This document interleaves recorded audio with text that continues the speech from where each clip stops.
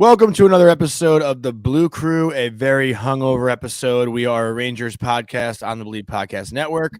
I'm your host, Jonny Lazarus, joined by my co-host, Cody Frankel. We've got an awesome interview today with Noah Rubin, the former professional tennis player, current professional pickleball player, and he does a lot of media stuff with Behind the Racket, his show in regards to the tennis world. He's a huge Islanders fan, so we had a fun little, back and forth shit talk kind of conversation with him. This intro is going to be a little different. Cody and I are going to talk about the week, but then Cody's going to the game against the Predators. So I will then record the fan questions by myself. So I'll answer fan questions in a bit here. But before I continue to ramble on, Cody, what's going on? You're in your jersey. You're ready to go. Train's leaving in 10. I'm ready to go. I'm ready to see Halak do his thing. I'm pumped. I paid almost $200 to see my boy Halak. I'm thrilled, honestly. The only thing that could have made me happier is if Hayek was still on the team, and then you had to expect Halak to play in this game. Yeah, fuck a land. But anyways, no. I don't know, but whatever. It is what it is. I'm just fucking stoked to see my boys Kane and Tarasenko, baby. You haven't seen Kane play yet, right? No. I haven't been to a game since the Panthers game, like in January. Oh, wow. The Garden was buzzing last night. Not that I really watched a lot of it, but yeah, it looked insane. I mean, the Rangers absolutely routed the Penguins.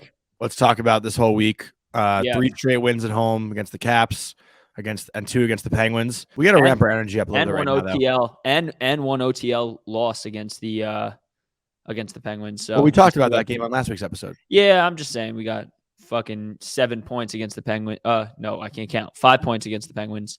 Yeah, man. I think they played a fantastic game against the Caps. I think. What'd you think of that Big City Greens thing? What'd you say? What'd you think of the animation? Dude, I thought it was like the coolest thing ever. Yeah. I thought it was awesome. Yeah, it was so cool. When they showed like Kane's snipe, I was like, oh shit. I can't remember if I watched this. I watched the first game against the Penguins when we lost. I watched the Caps game. I don't think I watched the Penguins game. What was the score of that one? I think 4-2. 4-2? Yeah, I didn't watch. That's the one game I didn't watch. But I'm proud of myself. I actually watched every other game this week. Yeah, last night's game was electric. 6-0. Igor finally had a shutout. He finally did it. That might be his first one of the year. Like it might actually be his first one of the year. I think it is. That's his second. That's his second shutout of the year. I don't remember what his other one was. I don't know. Second shutout of the year. Was it against the Sharks? I have no idea. Let's just continue because I'm not going to think of it. Okay. I think our top 6 is doing a great job at producing points now. It's what we needed. And the Rangers at this point in time, they're a scary team. And we talked about it last week, which is crazy, right? What 4 games can do. But we said, I think this is the week we turn around. And funny enough, I'm pretty sure I said 3-1 on the week. And right now we're 3-0. So hopefully we go 4-0 and prove me wrong. Because if I spent that money tonight and lose to the Preds, I'll be pretty pissed. But, I think they're getting it together. They're getting it together, and they're going to be a scary team. Yeah, and I think the biggest change right now is just splitting up Panarin and Kane. And obviously that wasn't something that most people wanted because the whole reason of bringing Patrick Kane in, we thought, was to play with Artemi Panarin because of their chemistry in Chicago. But it's showing right now, like that first line of Panarin, Mika, and Tarasenko, like that line is fucking elite. I mean, you look at their last 5 games. Panarin 3 goals, 2 assists. Mika 4 goals, 4 assists, and Vladimir Tarasenko 1 goal, 3 assists. And the difference too is last night in that Penguins game they have a 3-on-1 Mika, Panarin, and Tarasenko, and instead of making the extra pass or the beautiful backdoor tap in, Tarasenko just lets one rip. It's great to have Panarin finally with a winger that's a shoot first sniper kind of player. Dude, the one time it's showing. Was sick. Yeah, it was sick. It was sick, but and we needed it. We needed it, right? Like it's such a nice sight to see not making that extra pass and just ripping it. And his goal, I mean, the window that he scored in was like 2 inches. He just sizzled it in, and it was fucking beautiful. And then you look at that second line of Kreider, Trocheck, and Kane. Like Patrick Kane and Kreider have looked pretty good together. I think Kreider being on a line with Kane just adds more speed to what that balance was prior, with Trocheck, Kane, and Panarin, because Kane and Panarin aren't necessarily the fastest swingers out there. So having Kreider on that line really makes them a little more scary. And, you see Patrick Kane had that assist to Kreider last night as well. And, Kreider scoring goals. He's got 4 in his last 5. We need him to get hot again. Trocheck hasn't been scoring, but he's got 6 assists in his last 5 games. And then Patty Kane, man, what can you say? Like, he's been pretty damn good. As advertised. I don't think you can say he hasn't been as advertised because he's pretty much a point per game player. And Yeah. I mean, he is a point per game player. Not pretty much. He is a point per game player. And, everybody was like, oh, he's over the hill. No, he's not. And he's producing every single game and making a difference. His first 2 games as a Ranger, he had a pretty rough start. And I think in his last 6 games, because I think he has 8 games as a Ranger, maybe it's 9, but in his last 6 games, I think he has 8 points. So he's, he 3 goals, 4 assists in his last 8 games. Yeah. Okay. Prior to the Nashville game tonight. So yeah, and tonight's gonna be a 2-point game from him, and he's gonna have a goal and assist, and then he'll be 9-9. So I'm pretty pumped with what we got out of that, and I think it was worth it. And I just, I think the boys are actually buzzing now. The one thing I wanted to ask you is, what are your thoughts on Lindgren, right? We have 13 games left. Like, do you think, if he's 80%, they should throw him in? Should they just say, like, we're winning right now, we're kind of like finding our niche, whatever, however the fuck you say it. But what's your thoughts on that? Do you think we should sit him another string of games? Should we throw him in? Like what do you think? I think you get Lindgren as healthy as possible. Right now, the Rangers have 90 points. They're in 3rd in the Metro. They're 5 points back at the Devils, 8 points back at the Canes. Probably not going to catch either of those teams. Like, we basically know what our destiny is. We're 10 points ahead of the Islanders, 12 points ahead of the Penguins. Like, there is enough room there to sit him for like another 2 games if need be. I don't think there is a need to rush him back in the lineup. Listen, I know the Rangers are definitely a better team when he's in the lineup. But right now, I think it's more important to have everyone, especially the people that are as important as Ryan Lindgren, to be healthy come playoff time. Like, Lindgren's going to be a guy that's, probably playing with a broken bone or something come playoffs. So I think right now it is, the time for him to sit and really just get healthy. And I wouldn't even be against, like, excuse me, there's 13 games left. I wouldn't be against sitting Foxy for a game here and there. Like, just give the guys some extra rest. Like, I do think there is a need to ramp up your game before playoffs, but I also think there is a time and place where you sit the players, to make sure they are well rested and are ready to go once playoffs do come around, because once the playoffs start, there's no pause. Yeah. No, I agree with you, but I wouldn't go there yet. I would sit Foxy and those guys for a game, whatever, once we clinch that 3rd. Yeah. Once we clinch that, another 2-3 games, if we get wins, I think we're locked in there. Then if you want to, give Foxy a day off to rejuvenate, do whatever he's got to do to get himself right, it's all the power to you. Yeah, but, no, I agree. One thing I wanted to talk about is, since this top 6 has really been so powerful these last 8 or 9 games, you've really noticed the kid line kind of taking a back seat a little bit.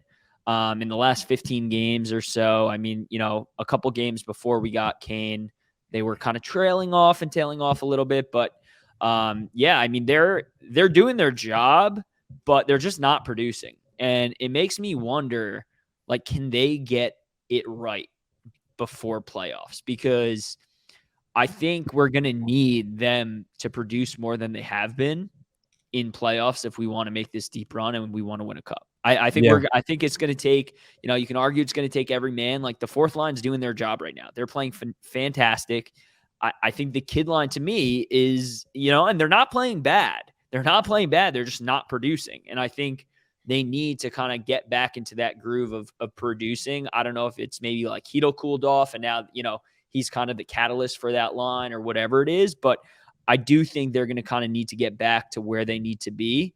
I do think they're going to need to get back to where they were, to get where they need to be. Yeah, and you said it. Hito is the catalyst. And in the last 10 games, Hito has 0 goals, 3 assists. Capo Caco, 0 goals, 2 assists, and Lafreniere, 4 goals, 0 assists. Them combining for only 9 points in the last 10 games is not very good. We've kind of said it too, but this team goes as Mika goes, and Mika's been hot, so the team's winning and the team's playing fine.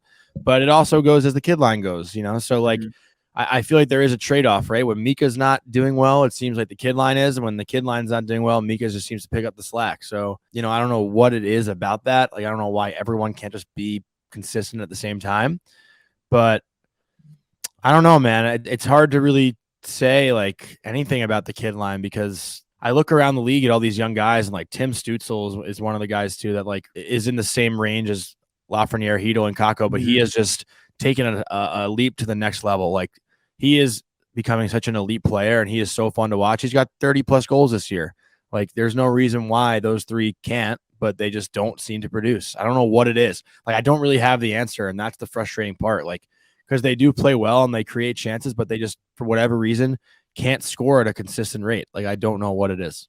Yeah, no, it's a good point. And then, yeah, I mean, I guess honestly, we'll see, right? In the next 10 games, we'll see if they're able to kind of get out of the funk they're in and get back into the swing of things. But playoffs is right around the corner. So that being said, all right, let's do this. Who don't you want? 1 through 8, or I guess technically 1 through 7, not including us, obviously. Like, who don't you want from most to least in the East?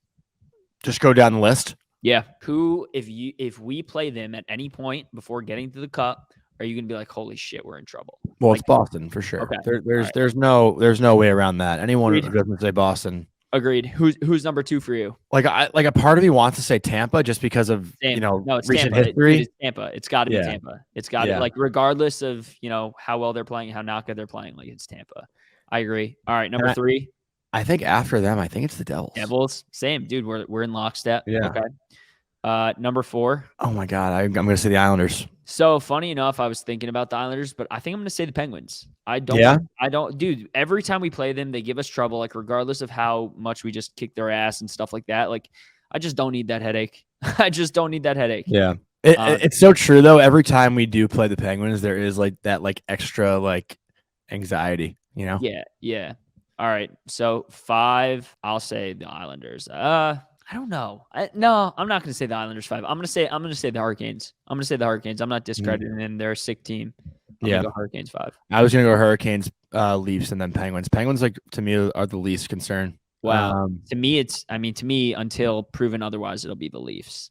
Yeah. Regardless of how talented they are. I mean, it's just, I'd probably go Islanders, then Leafs. And then the last thing, like one thing I did want to talk to you about was Panthers are right there. And I mentioned this on our interview, but like they're 1 point behind the Penguins right now. Dude, they're a team who can give Boston trouble. They have the second most goals scored in the league behind Boston. And in playoffs, anything can happen in hockey. Dude, if Bobrovsky kind of gets his shit together and like, if Bob plays pretty well, dude, I don't know, man. I'm not saying they can beat them, but I don't know. I could see them giving them trouble. I think matchup wise, like they're a pretty good matchup for them. Whereas I think if, I think Boston might sweep the Penguins or the Islanders in like 5. Let me ask you this. How awesome would it be to watch Matthew Tkachuk and Brad Marchand go at it for a 7-game series? Yeah, it'd be sick. Yeah. Tkachuk would he would piss off the Bruins so much. He'd become the most hated player in the NHL in that series, I think.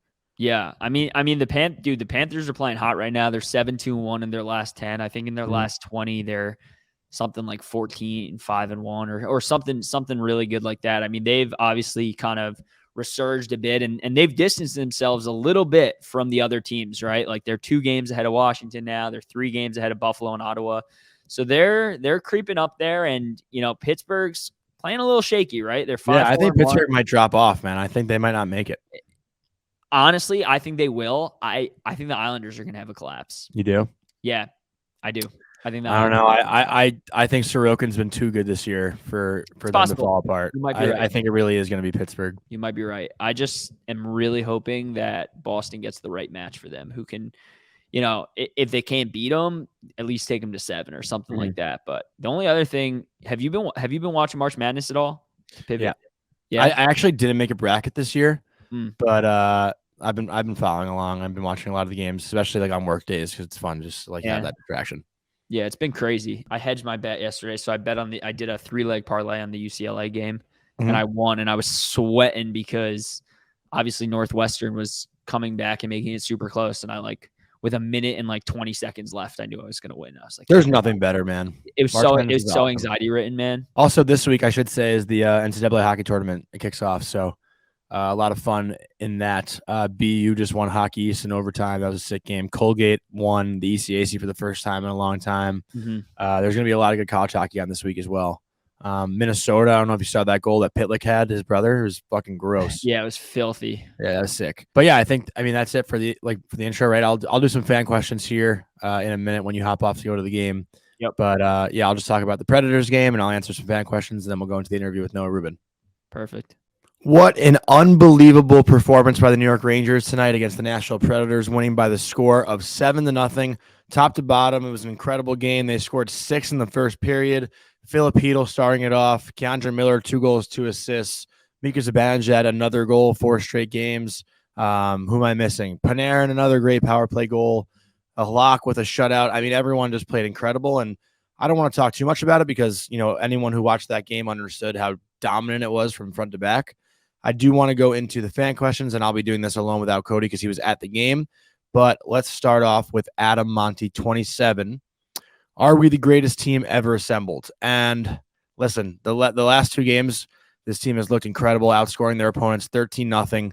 Back-to-back shutouts. This team has so much skill, and tonight I think was the perfect example of it. Obviously, that was a weaker Nashville opponent. They didn't really have their full healthy lineup put together. They had a lot of AHL players playing for the first time at Madison Square Garden. Not exactly the best roster to play against, but to the Rangers' credit, they usually play down to their opponent. And I thought tonight they really stuck it to them. And I, to be honest, I think last episode I said, this is the perfect opportunity for a Rangers letdown where Nashville can come in and surprise them and just outwork them and, kind of grind them after 2 pretty tough games against the Penguins, 2 pretty emotional games.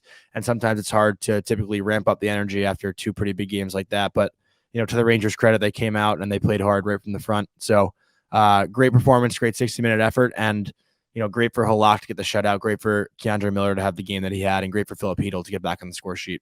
Next, we're going to go the Feeniest. And this is thoughts on who should win the Stephen McDonald Extra Effort Award. This is a tough one. I feel like this year, from everything we've seen, I'd have to lean Jacob Trouba. That's my initial thought. I think you can make the case, obviously, for Zibanejad and Fox, like always. Igor, I don't think has been as consistent, but what changed the entire season was Trouba's game against the Blackhawks, where he threw the helmet, got in 2 fights, laid those hits. Trouba in his first year as the captain, I feel like where there were a lot of question marks in the beginning of the season, whether he was the right choice by the fans, because, we're not in the room and we don't understand what exactly goes on amongst the players, but everyone kind of thought it was going to be Kreider. And then, obviously in the offseason, they announced it's Trouba. And I think Trouba has done an incredible job at wearing the C, not only representing the Rangers, but representing the city as a whole and representing what the Rangers want to be. And that is a, hard-nosed team, a skilled team, a team that's not afraid of anyone, and a team that has no quit. So I think, Trouba has been the prime example of that this year. And, if you ask me, I think he should be the lead candidate right now for the Stephen McDonald Award. Next one, Brandman7694. Do you think we get second place in the Metro? And that's a very good question because right now we're honestly within reach. The Rangers have 92 points, the Devils 97, and the Canes 98. We have back-to-back games this week against Carolina. That's, 8-point swings possibly. If the Rangers win both, then we're just 2 points back of the Hurricanes. If they split, then it's the same as it is right now. And if the Rangers don't win both games and they lose both games, then obviously I think that is a pretty tough feat to accomplish. But the Devils also, they're right there with us. They're playing pretty well as of late. They're 5-3-2 in their last 10. They're going to keep winning games. The Hurricanes are going to keep winning games as well. So it's not like it's in the Rangers' hands. It's not like they control their own destiny. Obviously if they play well, it'll help their case. But they're going up against 2 pretty good teams right now that most likely won't go on losing skid. So I think it's possible. I wouldn't say it's likely. I probably wouldn't bet on it. But the way this team's playing right now, who knows? They could even get first. So I'm hopeful they could do it, but at this point, it's all about just finding the right form before playoffs. I don't even think seeding really matters right now. Just with how the playoffs work, it's not that important. Let's go into the next one from Anthony Governale 19, and this is kind of a follow-up. Playoff hypothetical. Would you rather play the Canes or Devils first round? Devils easier to beat round 2. And I said this a couple weeks ago. I think playing the Canes in round 1 would be better. The Rangers seem to always up their game when they play against Carolina for whatever reason, and I think playing the Devils in the first round where the Rangers are the clear-cut favorite is just a disadvantage for them.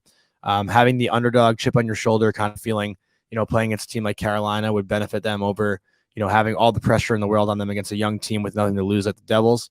The Devils obviously have taken it to the Rangers this year and in the past couple years. Well, not necessarily the last couple seasons, but this year specifically, Jack Hughes and this new Devils team has really done a great job playing against the Rangers. And, I think that'd be a much more difficult round one matchup also with the fan bases too. When you add them to the equation, it's, a little more ramped up and whatnot. But I think the Hurricanes would be a better matchup, better fit for the Rangers round one. And then you go into round two with all that momentum that you gained from round one, and you play against a Devils team that, is just kind of lucky to be there, happy to be there. The expectations aren't so high for this Devils team, but, they want to make their mark in the playoffs. But then again, there's no pressure on them to win. So I think that would be the best recipe for the Rangers going forward. Let's go into the next one from Marky Ben. We're looking good, boys. Who do you think will be on the taxi squad for the playoffs? I actually don't necessarily know how taxi squads work fully. I would think Will Cooley's going to be on there. I think Zach Jones and Libor Hayek. Other guys that come to mind, maybe Othman gets called up when his season ends down in the OHL. I feel like he would be a taxi squad player. But then again, I don't know how that works necessarily either. Cody might have the answer for this if he was here. Definitely a good question to ask, but I would think 2 defensemen, maybe 2 or 3 forwards. I don't think taxi squads are much bigger than that. But yeah, I would expect to see Cooley there. I'd expect to see Jones there, Hayek there, and I'd hope to see Othman. I don't really know who else you'd possibly bring up, but those are the 4 that come to mind. Eric Weinberger, will the Rangers ever lose again? And the way they're playing right now, it does not seem like they ever will. I mean, man, what's it? 4 out of 5 games, 5 out of 6 games they just won. This team is showing right now they're 7-2-1 their last 10. When they're at their best, they're pretty fucking scary. I think it was actually Grinelli who tweeted it the other day. We posted on our Instagram story. Rangers, Rangers are a problem. I think that's what he said, and they are. This team, man, there's so much skill there. If they just outwork their opponent, no one should be able to beat them. I made the joke a couple weeks ago. It's the Rangers versus the Rangers. They're the only team that can really beat them if they beat themselves. But I think the Penguins' performance on Saturday night was just the true ceiling for what this team has. They dominated a really strong Penguins team, a playoff team, and if they bring that effort every night, they shouldn't lose. Ben Star 33 is Igor back. And like I tweeted out the other day, Igor Shesterkin in his last 3 starts now is 3-0-0 with a 1.67 goals against average and a .948 save percentage. Those are numbers that he was putting up last year. So yeah, I would say Igor's back right now. He's looked incredible in his last couple starts. Really coming into his own here at the right time. And that's the biggest thing, right? You can question Igor early on in the season, but it's all about playing good at the right time. And I think that's what he's finding right now. And he's really ramping up his game. And, the numbers speak for themselves. So huge test against the Penguins. He performed immensely. And, it's great to see as we wind down the season here. Joe Marcus, 41. PP still doesn't look 100% at times. Curious to hear your thoughts on the best power play. And right now, the first unit is made up of Alexi Lafreniere, Vincent Trocheck, Artemi Panarin, Adam Fox, and Patrick Kane. And the second unit is Chris Kreider, Filip Chytil, Vladimir Tarasenko, Mika Zibanejad, and Jacob Trouba. If it were me, I would still like to have Fox and Zibanejad on the same unit. Panarin, too. I think the 3 of them move the puck so well, and you obviously want Fox setting up Mika for the one-timer as much as you can, because I think that's the biggest threat on the power play. I think it's fair to keep Trocheck and Kane on the first unit as long as you have Fox, Panarin, and Zibanejad together. I think the biggest thing is that both units have a shooting threat, and I think on that first unit right now, the shooting threat is, Panarin or Kane, and those aren't necessarily shoot first guys. They're more of playmakers. So, Lafreniere, Trocheck, Foxy, they don't really have threatening shots either. So I'd like to see a Tarasenko or Zibanejad go on that first unit just to make them a little scarier. Tarasenko and Zibanejad are the 2 snipers on this team. I don't think there's any debating that. And, I think if you have them in the mix on that first unit, then both units are just a little more well-balanced. And, I'd maybe swap out Lafreniere and put Zibanejad there, or I'd swap out Trocheck and put Tarasenko in that spot. There's the problem is it's a good problem to have. There's so many different combinations and so many different things you can do. And, I think the power play looked pretty good tonight against Nashville. Panarin obviously scores that goal. But, yeah, I'm not too concerned going forward. Like I said, it's a good problem to have with this much talent and this much skill. And now let's go into the last one. This is from Kaylee Skicitano. And I wish Cody was here for this one, but can we just LOL again at Jonny's prediction of the Pens winning the division? Also, in your opinion, if we stay healthy, what else do we need to do to win the Cup? And yes, my prediction of the Penguins, and let's not forget, I'll be accountable. I think I predicted the Penguins to play the St. Louis Blues in the Stanley Cup final this year before the season started, and that is looking fucking horrible. So, yeah, I'm a little embarrassed on that pick. The Penguins might not even make the playoffs. St. Louis definitely won't make the playoffs. So, goes to show you my my preseason knowledge. But I will hang my hat on the fact that I said I think the Devils were a sleeper to make the playoffs. And I think Cody said the Ducks were going to be. Oh, Cody's going to be $50, by the way. Cody said the Ducks we're going to be better than the Devils this year, which they're not. And then what do we have to do to win the cup? I think, aside from staying healthy, I think it's really just finding that compete level at a consistent rate. We saw it against the Penguins, against the Capitals this week, and they have to find that level and that much energy at a consistent rate. Consistency is the biggest thing. I think that's what Gerard Gallant has harped on a lot this year, is finding consistency. And, I think that's what separates the good teams from the great teams in the NHL is the word consistency. So if the Rangers can play hard, play fast, play skilled, not totally change their game, they're a talented bunch, and they like to make the extra pass every now and then, and that's okay. But if they're doing that and not playing well defensively, that's when the issues happen. So as long as they're consistent in the D zone, they're breaking pucks out, they're keeping plays simple. I think that's what this team needs to do to win the cup, is just play the level they played on Saturday night at a consistent rate, and nobody can stop them. That's going to wrap it up for the fan questions. Thank you guys for sending them in as always. Oh, I actually do have one more I got to shout out. And this is a DM from Goth Brooks RVA, who we exchange a lot of Twitter DMs. So shout out to you. And this is what he wrote me. Since December, when I sent you the picture and comparisons of Alexis Lafreniere and goon character Xavier Laflamme, Laffy has been awesome. His game reminds me of Trocheck, which got me thinking. Let's say his game develops and he, in fact, turns out a lot like Vinny. A scrappy gamer with a good shot, scores garbage goals too, similar career stats, etc. Would you guys consider it as a win or a disappointment, being he was a first rounder? Not only was he a first rounder, he was a number 1 overall pick.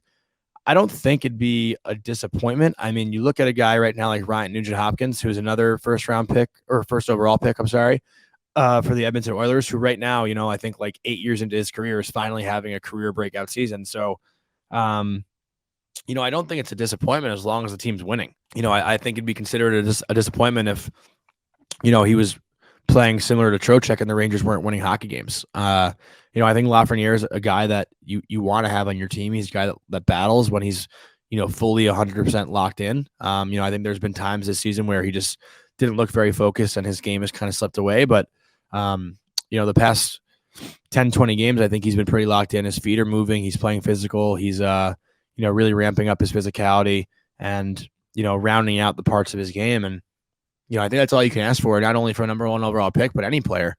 You want them to be well-rounded. You want them to play gritty. You want them to score garbage goals. You don't want just a guy who scores highlight reel goals, because that's the guy who's not going to get it done in the playoffs. So, I'd be happy, I think, if Lafreniere's career turned into that. But then again, it's all about if the team wins. If the team doesn't win, then yeah, it's a disappointment. But if they do, then who cares? That's what it's all about at the end of the day. So thank you for sending in that question. And right now, I'm going to send it over to our interview with Noah Rubin. This week on the Blue Crew, we are very happy to welcome on a friend of mine, a former professional tennis player, a current professional pickleball player. He does a lot of things in the sport of tennis and pickleball. He also hosts Behind the Racket, a jack of all trades, a very good-looking jack of all trades at that. Welcome to the Blue Crew podcast, stupid Islanders fan, Noah Rubin. Noah, what's going on? Super stupid. Yeah, no, I'm not really sure what I'm getting myself into here, but I appreciate being on. I'm pumped. I mean, I love the banter back and forth, so I'm here for it. Well, we're actually going to let you steer the interview. So Okay, do you want us to talk about pickleball first, or just shit on you and the Islanders for the first? Actually, no, before Jonny says anything so rudely, why don't you tell our fans a little bit about yourself and like what you've been up to lately? Yeah. I mean, tough to hear former professional tennis player. Yeah, my whole life played tennis. I mean, that's kind of what I was known for. Junior on, I did about 6 minutes at Wake Forest University before turning pro. Mm-hmm. And I mean, it was just kind of kicking my ass at the end of last year. So I took a break from it. Mm-hmm. And one of my friends owns a pickleball team, which is kind of the new thing to do, right? And took a look into it, and it's actually pretty fun. So I'm doing that, having fun with it. And then obviously at the same time, have Behind the Racket, which is kind of this mental health platform that I started, interviews tennis players from 1 in the world to 1,000 in the world, and kind of getting their story behind the scenes what's actually happening. And we are kind of working on a documentary right now that not a lot of people know about. So that's Breaking news. Breaking news. Yeah. So that's happening now, and always 1,000 things in the tennis world. And obviously still, I mean, for this West Coast swing with the Isles, got to stay up until 1 a.m. Well, I want to hone in on pickleball a little bit. Yes. What are your pickleball intentions? Like, you're trying to go 1v1 or I'll play with you, Cody. I love pickleball. You're so unathletic though. I need a challenge. I literally was a D1 athlete. What were you? Johnny loves talking about the past, dude. I'm a D1 athlete now. I will say, yeah, pickleball singles, like there's nobody that I can even get within the realm of playing recreationally that's any good. Like the doubles is fun. Like I got a few friends from back home. Very humble of you. Max Eichler. No, I'm being dead serious. Like they try to do this. They step on the court. They're like, oh, this is going to be a lot of fun. I'm like, okay, yeah, whatever you say. The singles is can we curse on this show? Yeah, whatever you want, dude. Yeah, okay. Rip it. The singles is a fucking workout. It actually is. Like, it's like low key, like it's high intensity, just sprint back and forth. Yeah, and mostly 70-year-olds are playing it and getting hurt every other day. But and they're good though. They are They're good. legit. And that's the thing with tennis. Like, there's a much bigger spectrum of. Oh, sorry, my cat. I was like, what the fuck was that thing? It was like a tarantula. That was a snake. Would have been a much better story. But yeah, there's a much bigger spectrum of like bad tennis player to good tennis player. Where like pickleball, there's not. It's a smaller court. There's less things to do. So like you will play somebody that's 75 years old, and there's like if they're okay, they're okay, you know. And I think a lot of people are struggling with that. But I mean, this thing is taking off like a wildfire. It's unbelievable. Recreationally, it's amazing. Professionally, has some places to go. Obviously, there's a lot of big sports guys that are buying teams, but we'll see what it turns out to be. Well, the best thing about it is that you feel like you're getting such a good workout, but you're really not moving that much. Doubles you can go. I've gone hours in doubles without sweating. Like you can do that for sure. And honestly, it's only working out like the worst part of your body, like bending over all the time. Your knees are destroyed on hard court. I would say the singles, honestly, I would do that over a treadmill or anything else if I was just like kind of a person, not training for anything. Because it's fucking fun. It really is. You get soaked. You play with friends. Like that's like I could never really play tennis with any friends because it's so tough. If you don't play tennis, you can't really hit the ball around. With pickleball, it takes 15 minutes. If you picked up a paddle for the first time, and I don't really care what sport you play, you can kind of get into it. So it's been fun playing with friends and stuff like that. So I'm decent at tennis, actually. Okay. In high school, I was rehabbing from an injury. Thank you. I was rehabbing from an injury, so my coach suggested I join the tennis team. Okay. And I joined it for a season. It was good time. Doubles. At the time, was that the first time you picked up a racket though? No. I played growing up with I'd play with my mom all the time. She was pretty good. I was like, I thought you just like woke up one day and was like, I'll pick up a tennis racket. Yeah, no. We were good. We were legit. We I think we missed states by like a game, something like that. Like we were pretty good. Solid. I will say a lot, whatever reason, a lot of hockey players, fans play a lot. They either are a tremendous fan of tennis or they played. And I mean, we could talk about this later on, but speaking to a few of the guys, like they absolutely love tennis. Talk about it now. What do you mean talk about it later? Johnny's rolling his eyes because no, like he can't serve. He can't serve. All my like European teammates that I had in college, like for whatever reason, the Swedish kids, the Finnish kids, they play tennis like every day in the offseason. Insane. Yeah. No, talking to a few of the guys, like I mean, you'll see it. I mean, you can name drop. Don't be so I don't know about the Rangers as much, but Islanders, Brock Nelson plays all the time. He loves it. Actually, this is a weird name drop. Dennis Seidenberg. Okay. He actually played professional tennis. Nobody knows this. I didn't know that. He played low-level professional tennis when he was super young. He was actually talented, and then obviously went on to play on 6 different teams, and is working the Islanders now. But you see Barzell at the and Wallstrom's playing constantly. So I don't know what it is. I think it's that European effect, but there's really no other sport that has as much of a tie. Sasha Barkov loves tennis. I spoke to him a little bit about it, and they're just like growing up, they played it. I mean, they have that European feel to it. So I have a little idea for you. You do like a little hockey crossover behind the racket, make it like behind the cage or something, you know? Like, well, I did a story with Barkov. Like he was one of the first ones that I did Mhm. to try to bring over. But I mean, fuck, I'm such a shitty skater. Like that is step one for me. And I like Yeah. never really had time. I went ice a little bit. One of my friends, Max Eichler, he still plays. Like I Yep. wanted to do roller. So I bought some skates, but like I'm terrified of rollerblade. Like that's just so scary to me. Like doing it on the street, terrifying. I love So rollerblading. oh my God. Like, I mean, one bump and I'm going 10 feet into gravel. I don't need that in my life, but trying to get into ice a little bit. And then from there, I would love to do some kind of like video crossover with the tennis and hockey guys and see what we can do. Have you seen that video of there was like a 2-on-2, I think it was like 6 months ago, 2-on-2, like tennis, like on ice. Did you see that? Oh, well, those guys went viral. That was sick. They were actually solid. Like, Yeah. like have played tennis before. Like they weren't just fucking around, obviously sick ice skating, but yeah, I'm very curious to see how. I mean, Nelson I know plays a lot, but some of these other guys would love to see how they actually are on tennis court. Well, I actually want to transition off that because, you know, you're someone we've been in so many, I feel like, Twitter threads where like you're defending tennis and I'm defending hockey. Yeah. But then we also have that crossover where like, you know, I am a very big tennis fan and I love watching, like I'm watching Indian Wells this week. Yes. I corrected myself, thank God. You know, I feel like hockey and tennis, in my opinion, are the two hardest sports, and they're obviously very different, but they're also somewhat similar. You know, I watched a guy like Carlos Alcaraz play in the U.S. Open against Yannick Sinner for that crazy match, and I was thinking the entire time, wow, like Alcaraz to me is like what Cale Makar is in the NHL. I feel like this young, explosive, up-and-coming player. Do you see any similarities with players in both sports, and can you just describe the difference in how hard it is? Because you're talking about ice skating, and you don't know how, and you're a professional athlete. Yeah, no, it's I think that's why I fell in love with hockey. I mean, I was growing up to Islanders games, even Rangers games, from such an early age. And for me, it kind of came down to like, this is something very few people can do.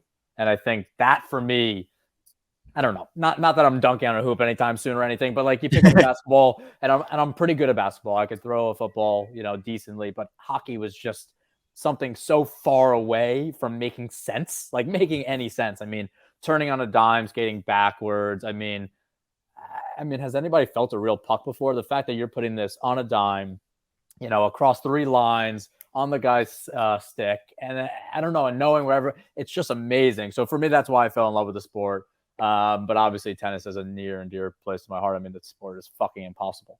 I mean, it really is, and you know, I can't speak to hockey and how these guys are feeling.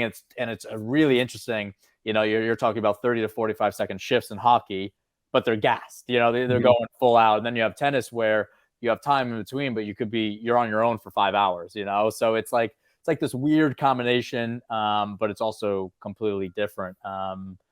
Alcaraz is a good example. I mean, you watch that guy's US Open run, you're like, he's a freak, you know, and not that we don't have others, you know, in the sport of tennis that are similar, but this guy is out of this world. You know, obviously McDavid isn't quite as young anymore, but the way that guy moves, I showed my fiance a picture of McDavid. I was like, you're never going to believe, you know, the best hockey player in the world right now. And this is what he looks like. Showed them the picture of McDavid with his like parents or whatever, like in the airport. Like that's that. I think that was just a random. Is that a random Is that a random? That's unbelievable. That picture's hilarious. Yeah. And I'm like, you're never going to believe like this fucking nerd, you know, is like just out of this world, the best athlete, you know, in hockey right now.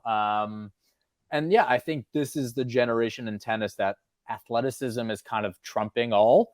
And I think hockey's in this interesting in-between phase where speed has obviously taken over in a lot of cases. But I think history is going to repeat itself a little bit because the rink is only so big. So are guys like Matt Martin, are guys like Trouba, are those guys going to take over again? And knowing like, hey, I can't skate around with my head down. You know, I can't make these moves I once did. What if we have 2 Trubas out there? What if we have, you know, the identity line in the aisles? Like, we don't want to face them. And we've seen that in playoff hockey. So with tennis, it's going in that same direction too. Is like, is speed going to take over? Or are we going to get to the point where just extreme conditioning is at the top again? So it's in this kind of evolution, you know, phase right now, which, I mean, Alcaraz is a joke. So we'll see what he can do and if he can stay healthy. Those were some great hockey analogies. But no, I want to circle back to, obviously, you know, your time as a pro tennis player. You know, every athlete, right, whether it's hockey, tennis, baseball, football, is super competitive. And what would you say, like, specifically gave you personally the push you needed to play at your best in each match? Because, of course, you know, that competitive nature is, I feel like every professional athlete has some fierce type of competitor in them. Yeah, tough to pin anything specifically down. I would say that I had this addiction to run down balls. You know, I made a living out of my speed for the most part. And just to see kind of the fear on somebody's face when I was running down balls that no human should get to, especially at my size, and then B, that I wasn't getting tired after getting to that ball. And I think breaking the willpower of my opponent, you know, was like an addiction. And I know it's you know, for being like a pretty good guy off the court, you know, it sounds weird, but you know, you go into this different head, and I just wanted to break the will. No, you love to see him in pain. In pain, you know, complete and giving up, you know, fully giving up, and you know, and it's funny. I mean, bringing it always back to owls for you guys. I never have the chance to do this, but no, like, dude, do your thing. That's what I want you here. That's why I love like the Isles. You know, they're not pretty. They never really had stars. I mean, we got Horvat and obviously Barzell's. And I was out for a little bit, but it's always been this team of just grinding teams down. Nobody wants to play them. That's why they always struggle in the regular season. It's a long season to play that kind of hockey, but nobody wants to play them in the playoffs. You know, they grind them down, and that's how it was kind of for my tennis career. Yeah. When I remember it was, when did they make the ECF? Was that 21 or 20? Back to back. Yeah, back to back. The first one was 20. Or was it 19? 19? The bubble. 19. Yeah, I just remember, you know, we would play them and they would beat us in like 1-0 games or 2-0 games and would just suffocate their opponents. And it's like, I just remember all season long, because don't get me wrong, I hate the fucking Isles. You're a scumbag.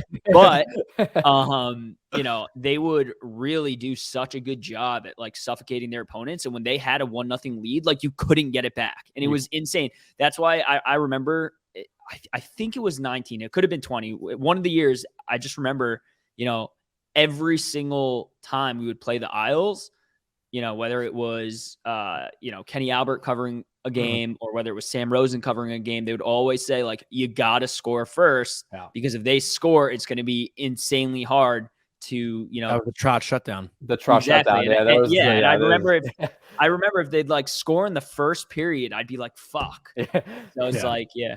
Well, also Igor like won one time against them. So, Yeah. like so far in his career, twice. Well, Igor wasn't on the team in 19, so He was. That was his first year. He wasn't. Yeah, he was. He was Hank's backup.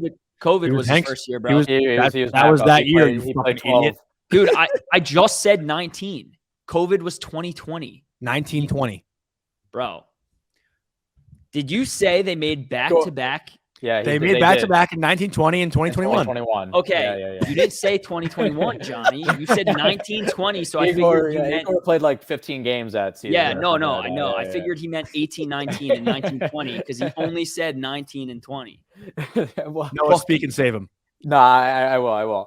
No, it's funny that even like Isles fans piss me off almost more than Rangers fans, to be honest with you. Like, you know, obviously the Isles had a tough period, and hopefully they make the playoffs. We don't know what it's going to look like. You know, it's in kind of in their hands right now. But you know, they're like, oh, we can't score, blah blah blah, all this stuff, and I'm like, no, they were winning games how that team could win games. Yeah, Lane Lambert came in. They tried to do this new kind of wave of aggressive, you know, 3 men forward like Rangers do and easy breakouts, but that's not what Isles can do. They don't have the talent, the skating, the skill for that necessarily to keep that up, and they're not used to it. So when they went back to it, they're like, oh, I guess, you know, 2-1's okay, or 1-0. Like, yeah, it's boring hockey and they're boring games, but that's the way they win. And for me, I saw that. I was like, yeah, don't you want to win? Like, I get, you know, some of them suck and they get outshot basically like 3x sometimes.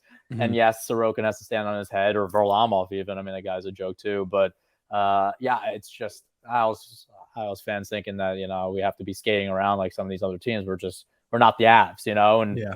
I think I went to the Oilers game this year. I mean, we shut them out 3-0. It was 1-0.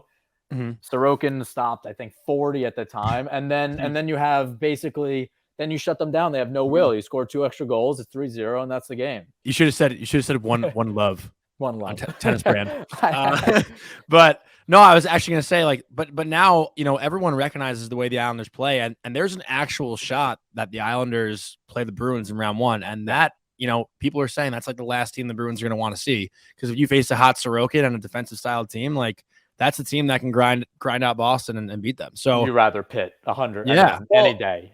It's so funny. It's so funny you say that because no offense, I don't know if I don't know if the Islanders can beat. Yeah, Oh, to okay. you. Yeah, he offends me all the time. He wouldn't say no. Yeah, no, I shit on Jonny all the time. But I don't think the Isles stand a chance against the Bruins. But you never know. You never know. But I was just thinking, like, as you mentioned, I don't know if we'll be in the playoffs.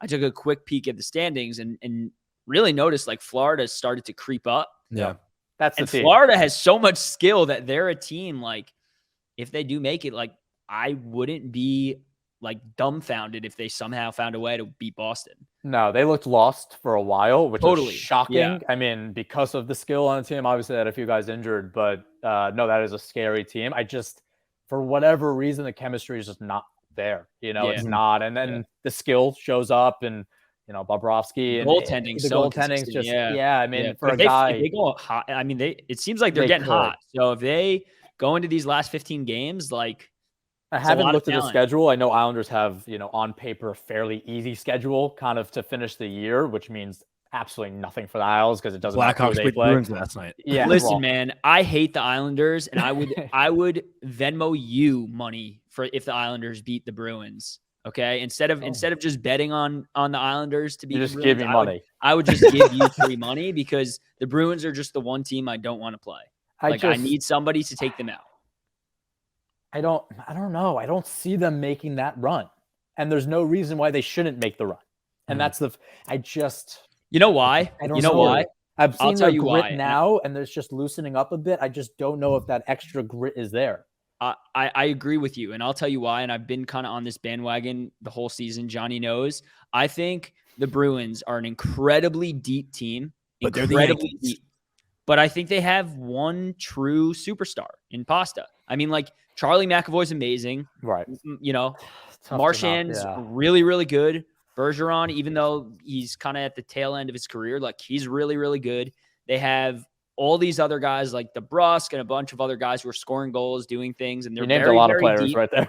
No, they're very, very deep. There's just Don't one. get me wrong. Don't get me wrong. They're very, and very Omar's going to win the Vezina, probably. Shut the fuck. Omar's obviously playing out of his mind. Yes, he's going to win the Vezina, but I don't know, man. I do think so. And I also think Noah's like shaking his head like it's going to be Sorokin. It just fucking kills me. No, it just absolutely kills me. I mean, the guy's a slightly above average goaltender. Yeah, he's just having an insane year. I agree with that. And he's playing well on an insane team. Those stats are I mean, Sorokin has a 12 to 15. I forgot what it was. 50%. He's gonna have a shutout anytime he steps on ice. Yeah. To me, it's just like they have Pasta. If you want to call Marchand, and if you what's want to call McAvoy a star, what's breaking down?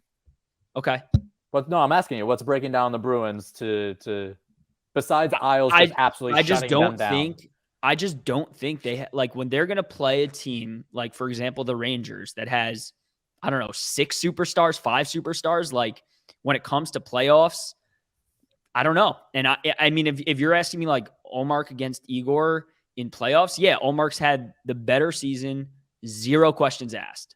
I'm worried about Igor. I am. I mean, this is honest. I mean, I love the idea of Ilya and Igor coming in. So the hate between is not real hate. But they're like best friends. Yeah. They love it. I'm sure they laugh about it constantly. Yeah. I mean, they're like, well, who are the fucking Americans? Yeah. Like, we don't care. And Igor's rattled off. Like, his last 5 games have actually been pretty good. 100%. And you can definitely go into the playoffs, thinking that he has your back. But he's definitely looked a little on edge, rebound-wise and stuff like that. But, I mean, I sat up close for a lot of the Bruins games in that was 20. Yeah. That series? Yeah, series. And that was a great series. It was a great series, but like, you saw the will 7, gone. right?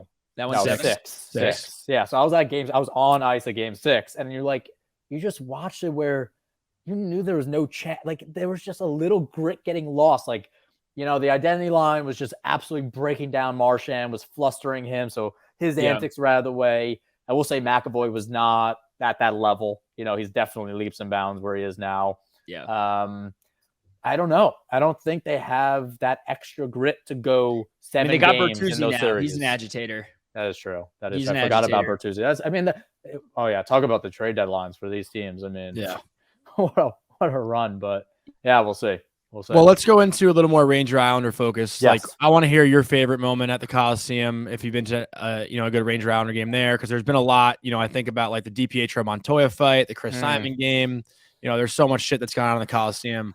Not as much lately in UBS, but yeah. Well, honestly, most of I will say like the craziest Coliseum ones are more for the Penguins. Like I went to those games. Oh, the yeah. Pietro fight that he fought the game after that was at Penn's, but the bench is cleared. It was basically 7 versus 3. Like I was at that game. I was at that game. I would say my best Rangers Islander games have been MSG for the most part. I mean, this is early days. I remember 7, 8 years old. Like my dad's literally grabbing me by the coattails because there's fights. We're in like the 300s. And there's fist fights, and my dad and I'm just like, what's happening? And like, and there's fights down there, there's fights up there. I would say probably recent memory was where Ilya should have got save of the year. I was at that game at MSG. The stick save. I was there too. That was crazy. Yeah. Sadly, and this is to absolutely shit on you guys, and I'm glad to do it. They haven't been exciting games.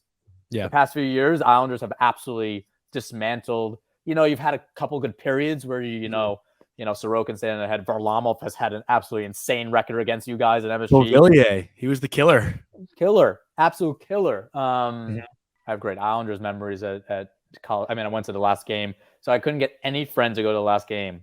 This was game 6. I was there too. That was sick. I go to I just love hockey. Johnny's you don't understand. This kid gets roasted 15 times a week because he tweets about how much he loves the Rangers, and then literally like the next day he'll be tweeting shit with like a Devil shirt on. I was at 2 Devils games last week, hanging out at the shitty Prudential Center where their chants like "you suck." Yeah. So you just go to like a Islander. I love hockey, man. I'll go to He's a fan of beer. What can he say? He's a fan of beer. I mean, I kind of respect it. I don't know if I'd go I'll watch games for sure on TV. Would I go out? I mean, so every time I travel, I'll eventually hit up every arena. That's kind of like a goal of mine. Yeah. I've gone to a decent amount. Like where I shot my first episode of my documentary was in Calgary. Got to go to that stadium, and that was my first. That was actually my first Canadian hockey game. I've never been. I just never had time for it. So that was cool. I mean, I actually thought they were going to be much rowdier. They're like the nicest people of all time, and like saying "excuse me," and I was like, "What the fuck is happening right now?" My fiance went to vet school in Minnesota, so I got to a lot of games out there. It was a lot of fun. Vegas was early on in Vegas. Was probably one of the best hockey experiences I've ever been to. 3-on-3 versus the Canucks was like one of my first times seeing 3-on-3 live. I was like, okay, this is like a Broadway performance. But yeah, I mean, I think game 6, final game, Nassau Coliseum, I couldn't get any of my friends to go. I sat behind the net, not where they scored. And I got tackled by an 80-year-old guy. And I actually just found the picture. I'm in the Dime Club You got to send me that. Yeah, I'll send you the picture. I have 2. So I was game 6, Bruins. It was a New York Times because I was on the ice right next to Nelson celebrating. And then those 2. So those are probably my 2 best. But yeah, I mean, the Rangers got to fucking step up because these games have been boring. Games have been boring recently, You know what I was doing at game 6 of the Tampa series, like that Billy game? My seats were like up top, like 200, 300, whatever. Yeah. And the Coliseum had like that like hallway, in the like actual arena. Yeah. So I was walking to every single section and like standing there, just like switching once the security guard caught on, because I couldn't really see overtime, or the third period. So like when Mayfield scored the goal to tie the game, I was like right in the corner of the goal, like where the puck went in. It was sick. It was a joke. I mean, everything was aligning. I sadly missed the one game, but Pulak saved with 2 seconds left with his hand diving across the crease. Like, he can't even he can't make this shit up at this point. But yeah, hockey's been that spot. I mean, it's fun. I talk about other sports. I just went to the Knicks game the other night. Like, it's so boring. It's like boring. It's so boring. Oh, dude, I tried. Dude, like preaching to the choir. I can't do like that. I tried. I went to actually, my friend is in Oklahoma. I went to a Thunder game, was on the floor. And at that point, you see the athleticism. It's a little bit different. But, like, just watching basketball is really tough. In Minnesota, got into the Vikings there.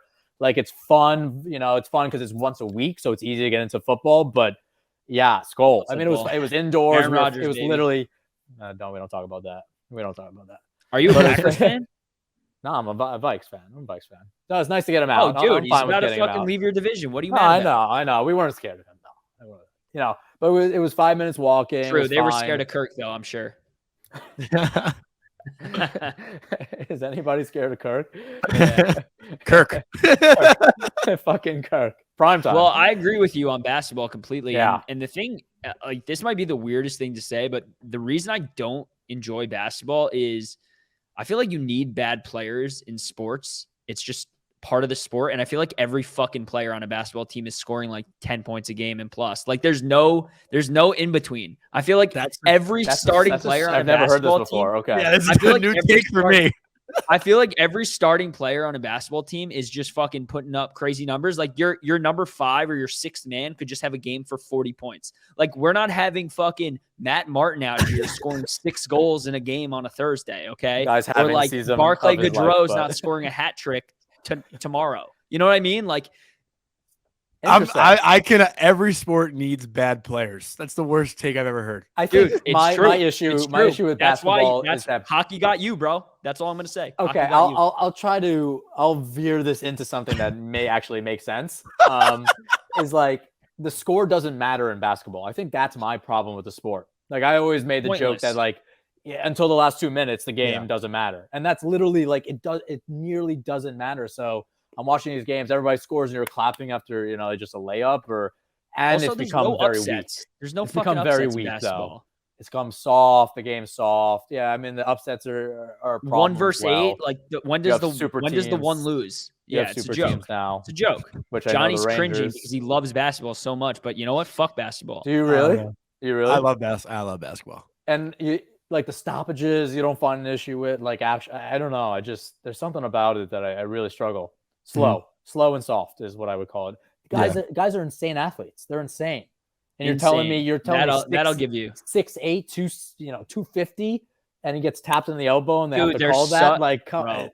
And LeBron's out for the next 4 weeks. We're so off topic. Don't get me started. Don't get me started. Okay, if you want to talk about a win, let's bring it back. Let's bring it back a bit. Let's talk more about you and your career. Yeah. Obviously you talked about how you have fallen in love with hockey, but what would you tell hockey fans? There's 1,000 hockey fans listening right now. About why to fall in love with tennis and pickleball 1,200 in your sport. I think once you weed out the stuff, it's very easy to fall in love with it. I mean, there's no other sport in the world like it. Obviously, people get around and supporting it during the U.S. Open. It's super easy. But there's something, the athleticism, and once you actually see some highlights, you see these guys at a level that tough to compare to a lot of these other sports. And the individual aspect compared to it's a lot of fun. Obviously, there's a lot of things I want to change about tennis. I want it to be a little bit more rowdy. I want people to get more involved in it and, cheering, clapping and everything. And I think that's just going to add a new level. But, right now with how it is, you have some insane talents, some insane athleticism that's coming into our sport that I think you have to get behind. And, Breakpoint, I don't know if you guys watched it. Yeah. It helped a little bit. I think it struggled in some areas as well. But, taking a look at some of these guys and seeing what they can do on the court. I mean, these are guys I grew up with and, maybe see them again soon. But, there's a lot to love about the sport. There is. So I agree with that. Tennis is fascinating. Obviously I was a superstar athlete for 1 year playing tennis, but besides, yeah, exactly. But no, I did go to the U.S. Open once. I saw Djokovic, and it was fucking awesome. That was like 7 years ago now, but it was just such a cool experience. And I really only have like one more question here for you on my end, and it's like, is there growing up and playing the sport consistently, obviously to a level where you got professional, was there one player that you tried to model your game after, or is there like any player that you just absolutely idolized growing up? And did you get to meet that player? Yeah. So I guess it's a bunch of questions in one. No, I mean, I luckily got to meet most of my idols for one part or another. Got to play with a lot of them as well. I don't know how deep into the tennis world you guys are. I think a lot of them I modeled after. I think a lot of the ones that I modeled my game after, because I'm not tall. I had to do it after these grinding, fighting ones. One was Lane Hewitt out of Australia. He was number 1 in the world for a period of time. Then you have David Nalbandian. You probably have no idea who that is. Nope. And David Ferrer is a really good one. That's kind of when I was growing up. So he was 4 in the world, while Federer, Nadal, Djokovic were 1, 2, and 3. And this guy would never lose to anybody below him. He struggled with the top 3, but there was a level of consistency from a guy that was 5'9". You purposely couldn't go one of the 3. You had to go number 4. Yeah, I had to go number 4 because that's what I felt. I mean, not that you don't grow up thinking to be one in the world, but that's where I saw my potential going, was to that kind of level of play. And I was at the French Open one year. I was in juniors. He was playing men's. I saw him do treadmill sprints, espresso, and then smoke a cigarette, and then go on a court and play 5 hours at the French Open and win his match. And I was like, like, this guy is just, they don't build guys like this. That's just kind of, I don't know, it's out of this world. So I looked at it, I was like, if I could be, an eighth of that, I guess I'll be pretty good. So still have, if I ever come back to the sport of tennis, I'll have a little way to go to get that. But that, there's a few guys like that have maximized their potential, because everybody else is 6'2", at this point. You haven't even talked about winning Junior Wimbledon, which is like a huge deal, right? Like, that's pretty fucking sick. And that's dope. I don't know if you want to talk about the mental health stuff also, because I know we've kind of got deep into that before, you and I. Yeah. Just about, well, listen, I think tennis is unlike any other sport when it comes to the, individuality, but there's a lot of, mental health stuff in hockey that hockey players aren't really as outspoken about that you are, for your sport. If you just want, I don't know if you just want to talk about it. Yeah, I mean, it was good to see, like, Leonard was one of the first ones, and obviously him having, Long Island as a near and dear connection. I actually got connected with a organization that he works with, and just seeing him kind of be one of the first ones, and people kind of accepting it. It took a little bit, but accepting it, I think, is a major win. In tennis, there's a lot of other reasons. I mean, sports as in general, I mean, everybody can deal with it, but tennis is individual. It's financially top heavy. So even at 100 in the world, you're struggling. You're paying for coaches. You're paying for everything on your own. So you're basically dealing with this loneliness, depression, while not making as much money as you think you should be making, and it's kind of spirals. So that led to me kind of creating this Behind the Racket platform, just so people were educated of what's actually going on in the world of professional tennis players. And it led to it kind of expanding into this world that I never really thought. But to see it in other sports, obviously Players Tribune does a little bit, but to see hockey, taking the front seat on it a little bit more than some of these other sports as well. I think of like Kevin Love in the NBA. That's a good NBA. I just realized I wanted to walk back my basketball sucks talk, because I fucking love March Madness, but that's the extent of my basketball prowess. That's it. Okay, we walked that. Very relatable to the topic of conversation. Yeah. Well, you literally just said Kevin Love in the NBA, so I had to jump in. Okay. He likes basketball. we'll tell everybody. Nobody hates you. Don't worry. All right, phew. But yeah, no, that's kind of what it was all built for. I mean, Behind the Racket kind of, again, expanded something I never thought it would. And now people kind of know me as that, and it's giving me a platform that's exciting and growing with it. And I mean, and tried to take it into other sports, hopefully in the end. And I've got another, that's what I said, Barkov on it, and Brian McKinney of the Vikings, and, a few random ones. But mental health is, it's when you withdrew from a tennis tournament and you had an injury, it was always like, it was an ankle.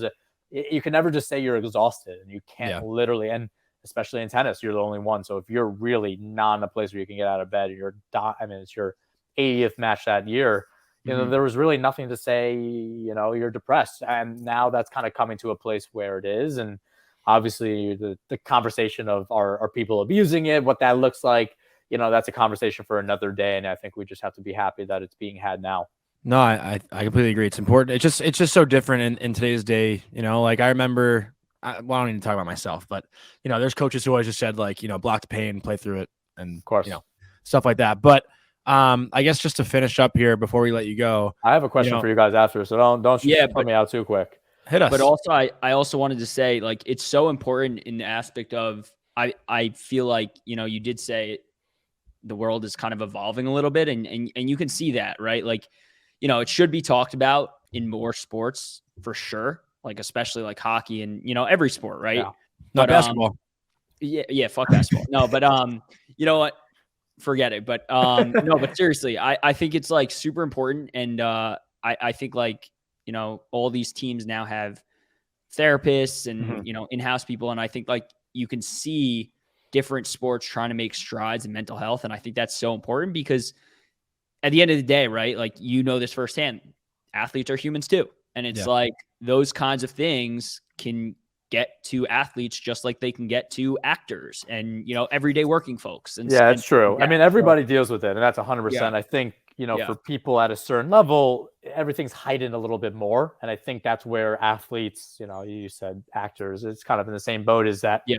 Binging is the word I would use. That, I Mhm. mean, work hard, play hard. I mean, for a lot of people that I know in the tennis world are abusing alcohol, but they don't really know it as abusing alcohol, but they're exhausted. They just did 2 months on the road and, now it's a 2-day, binge fest. And it's like, oh, you're not a human. Like, that's not a normal thing to do.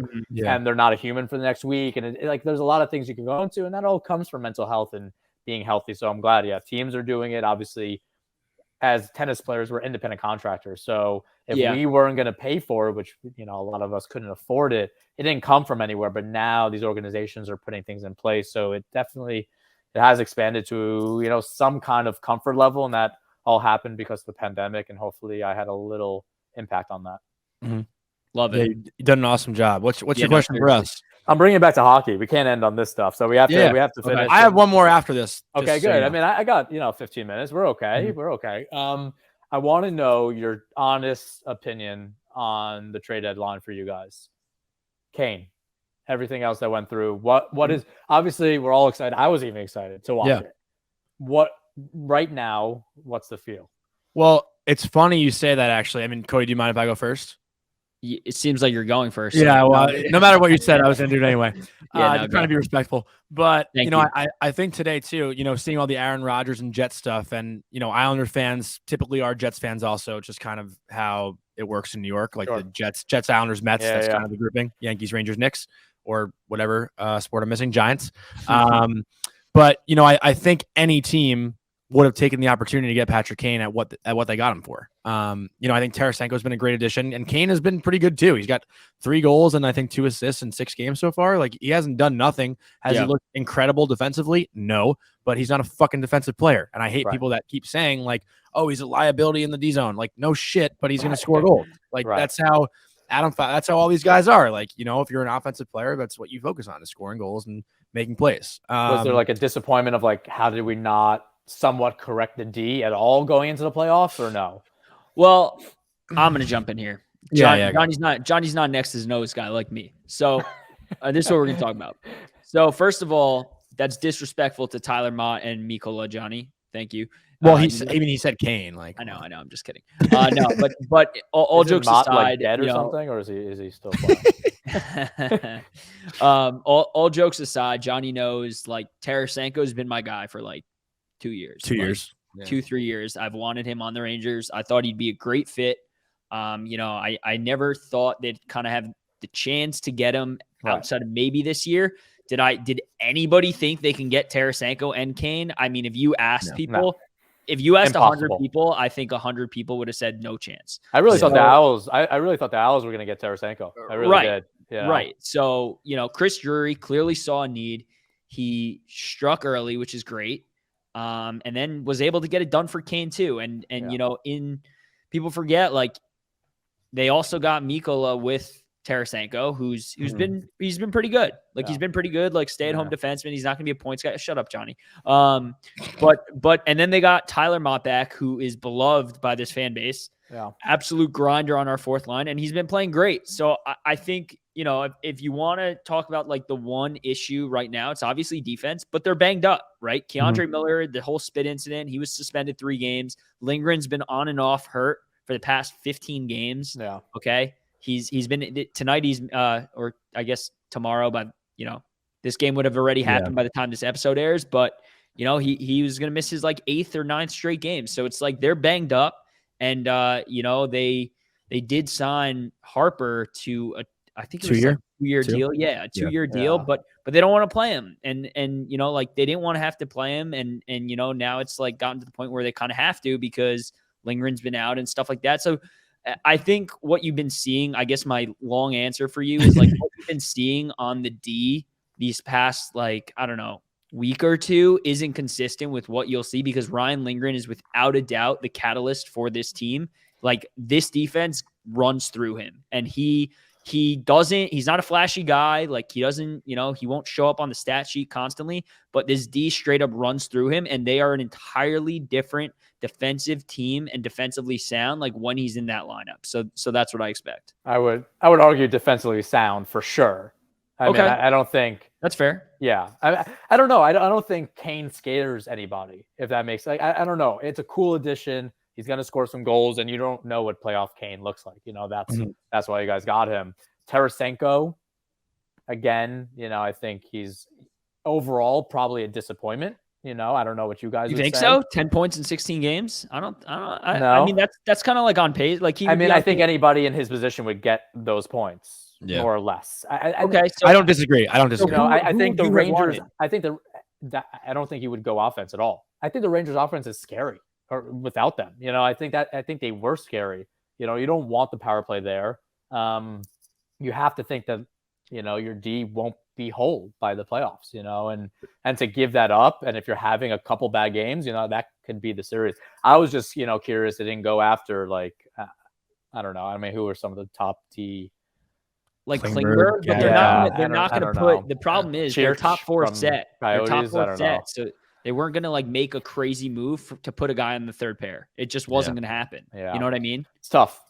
All right. Well, let us wrap up with this because, you're an active Twitter Islander fan. Yeah, I've had a little bit of time off, so I got it. It's been fun. It has. Yeah, been. It's a lot of fun. I've had 8 hours of Twitter battles. Oh, a few random ones on Isles and Rangers, and random ones as well. Especially, the new one has been comparing Beauvillier to Bo Horvat, which has been fun for me. But well, just to stir the pot a bit as we get ready for playoffs, because there's going to be a lot of chirping with Rangers, Islanders, Devils fans. What do you hate about Ranger fans the most?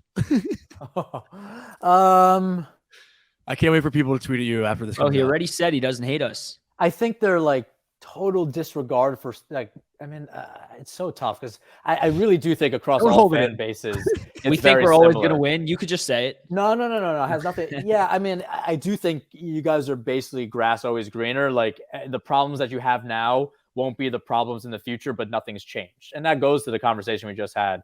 But I see it constantly. Like, a lot of things don't change, and you still deal with the same problems. You're like, well, yeah, you didn't change anything. Like, the problems are still going to be there. Like Kane. Like, people talk about Kane's defense. You didn't get him to go back on defense. You better not be getting your 34-year-old, whatever passer to go back on D and back check. But, that's been my biggest issue. I will say cherry picking stats is a big Rangers fan thing to do. And they pick out one thing there and one thing there. And I'm like, well, did you even look at the whole picture of, like, actually what's going on? But again, I mean, I will say, getting deeper into, like, I mean, tennis Twitter is fucking crazy because it's individual. You have, like, fanatics. Nick Kyrgios. No, but you have, like, fanatics to the individual besides the tennis players themselves. Where, that's what I meant. The people that go after Kyrgios. 100%. But you have, like, these Djokovic fans that always attacked me when I was fighting Djokovic. Like, you have things like that. But now being in, like, hockey Twitter, it's like a totally different world. And with so many stats, I always just laughed at, like, it's there on paper. Like, a lot of the things I'm arguing are, like, on paper. I'm like, how are you like, tennis doesn't always have those where hockey's like this. There's definitely things that people have an effect on their team, and you have to watch the games for that. But for the most part, you're seeing what's happening, and you're a chart guy. What? You're a chart guy. I am. I think, I think for certain players that are picked to have a certain role, you can't say that they're not putting things on the board. There comes a time. And that's why I argue, like, Horvat has saved our season. But at the same time, he's had probably 6 missed goal opportunities in the past few games that we could have used him. So is he as pure of a goal scorer as we think he is? No. Does he fit in the aisles, really well? 100%. But do we need, like, one extra goal scorer now because we thought Bo might have been that, where he's, a 40 goal scorer this year, but maybe he is, a 25 to 30 goal scorer next year. It's like looking at that where it's like, he has saved our season when Barzal died, basically. But at the same time, we need him to score 3 extra goals. But then you go back and you're like, who are his line mates? So it goes, has a little ebbs and flow, but you need to produce. I need to see some of that, on the chart. So it's funny when, these guys argue like, and I'm like, has literally 3 points in like 15 games. Like, you can't tell me that this guy's turning around their team, you know? Yeah. Yeah. It's valid. It's valid. It's valid. But I love that answer. That's good stuff. yeah, And, the last one I just need on, but like when the Beauvillier Bo Horvat one has just been my favorite so far. Mhm. And they're arguing, they're like, you gave up Ratu and you gave up first rounder, and Bo has more points than Beauvillier has more points than Bo Horvat. And I'm like, what are we comparing here? Like, a lot of these guys on Twitter, I mean, this is in tennis too, show how much they don't know about sports as well. Constantly. And you can't, unless you give them like a 5-paragraph essay, they just never know. So like Beauvillier, he's playing with, Pedersen, who's great. And he's playing pointless games. So they're all offense. They're having fun. They're scoring goals. And he's on a team that scores goals and likes scoring goals. So like comparing that to Horvat's job right now is trying to lead this team, Isles defense. Like, it's just like, what are we doing? And they just make up these arguments. So it's been funny. I've seen it on the Rangers side too, and I just kind of leave it with the Kane stuff. And I have my own shit to deal with, like with the Owls. But yeah, Kane gets so much shit where it's like, that's not his job. Like, that's not why he got brought in. But very funny. Turned into like a respectful answer. I wasn't expecting that. You're gonna bash Ranger fans for 2 minutes. No. I mean, I can't. Dancing around the question. The one thing I'll end with is it's changed a little bit with the excitement of this team, but you just stop comparing our two fan bases and stop comparing going to a home game. There was nothing like going to Nassau Coliseum. MSG is very cool, but the fan base when I was going there, where everybody was in a suit and tie. And as much as that is, it just wasn't the same feel. Wasn't as fun. Like, losing Nassau Coliseum was like a home. That was like a true home. And that like really got me, because that was like my childhood, where like Rangers fans, you had to go to 300s to get really any true emotion out of some of these guys. So yeah, fuck them. We're taking up those seats. I mean, they took up the hundreds. Fans are mid. Facts. But no, seriously, we want to thank you so much. And if the Rangers and Islanders do play each other in the playoffs, which could actually happen, we're gonna have to figure something out. There's not one game I wouldn't go to. And I know you did already, but do you want to plug your pod? Behind the Racket pod. Yeah. I mean, honestly, you go to Behind the Racket on Instagram. That's where you can find everything. My website's there. It has my podcast. And that's way more important than my own personal page. So definitely follow that one out. Thank you, Noah. We appreciate it, man. Thanks for having me. We want to thank our pal Noah Rubin for coming on the show. Such a fun conversation, a lot of good banter back and forth, a lot of shit talking, but it'd be fun to see the Islanders make the playoffs and maybe have him go back and forth again, whatever, if that is the scenario. But Cody, we got some big games this week. We got a home and home against the Carolina Hurricanes, and then a game on Saturday in Florida at 5:00 against the Panthers, the Red Hot Panthers, like we talked about. Yep. What are your predictions for those 3 games this week? Because this is going to be a battle. Yeah, I think all 3 games are going to be a battle. It's going to be a tough week. I think we're going to split against the Hurricanes. So I'm going to say 3-2 Hurricanes when they're home, and then when we're home, I'm going to say 3-2 us in OT. So I guess Tuesday I'll go 3-2 OT winner for us. Thursday 3-2 winner for them. And then against the Panthers, honestly, we play them really well every time we play them, and it's always an absolute shootout. I'm going to go 6-4 Rangers. And you think Igor starts all 3? Yeah, I don't see why not. I mean, at this point, you kind of got to let him grind it out a bit. Plus, the following week, there's a back-to-back. Halaka will get one of those games and, kind of stay fresh there. I think you got to let Igor kind of ride it out and really get hot here. Yeah, I agree. And we're basically a month, a little less than a month to go here. Last game of the season is April 13th, so it's winding down. I kind of agree with your take on the games this week. I think the Rangers win at home. I think they lose in Carolina, and then I think they squeeze one out in Florida. Super pumped for the end of the season here. I'm almost just ready for it, knowing that the Rangers basically clinched. I kind of just want it to happen already. This is the tough time where the light's at the end of the tunnel, and you just got to get through these games. But it's going to be a lot of fun, man. It's an exciting time of year, that's for sure.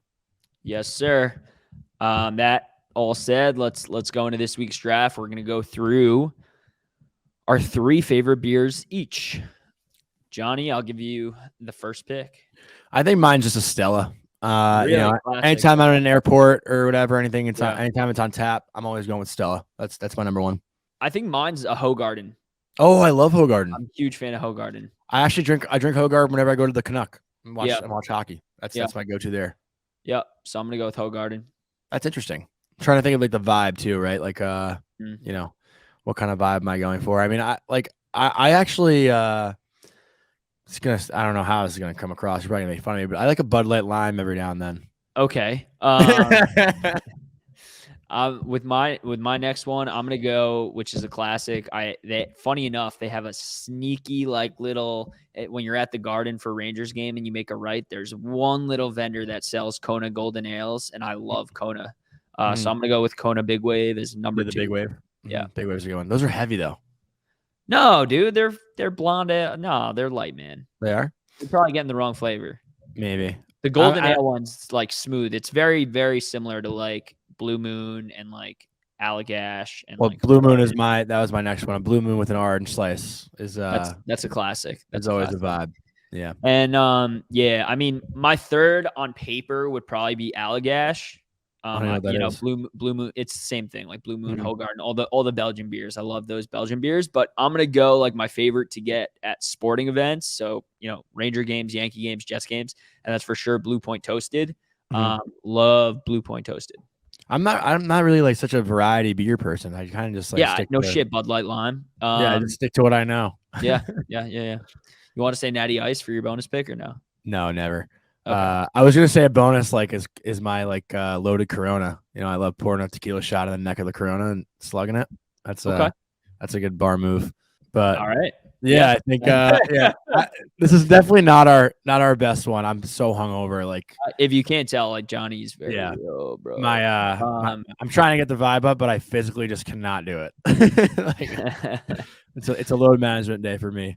It's all good. That was me yesterday. Yeah, but we have a great episode coming for you next week. It's been a lot of fun, and it's exciting stuff, and we love you guys, and we thank you for listening. And I guess Cody just send it off. LFGR, baby.